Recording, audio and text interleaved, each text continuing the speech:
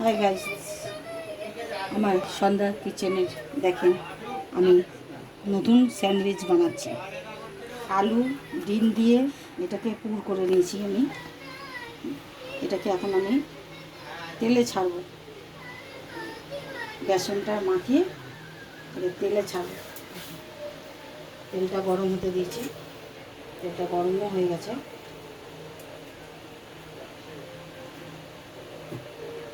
একটু পুরটা বেশি না দিলে পরে ভালো লাগবে না খেতে,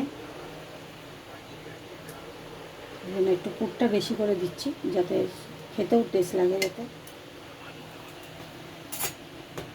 আপনাদের যদি খেয়ে যদি ভালো লাগে তাহলে আপনারা লাইক করবেন আর সাবস্ক্রাইব করবেন।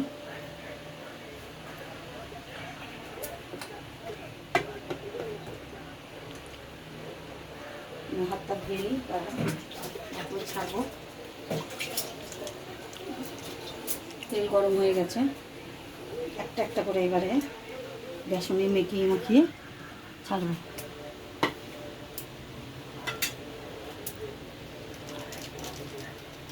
এই যে দেখুন, এটা নিলাম, নিয়ে এই যে বেসনে মাখিয়ে তেলের উপরে ছাড়বো, খেতে টেস্টও লাগবে। তেলটা অনেক গরম হয়ে গেছে, যার জন্য আমি আস্তে আস্তে ছাড়ছি।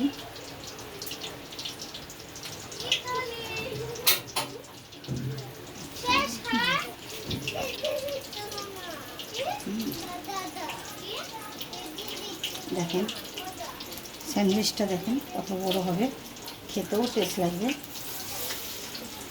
দুটো দিলাম, এটাকে কড়া করে ভাজবো।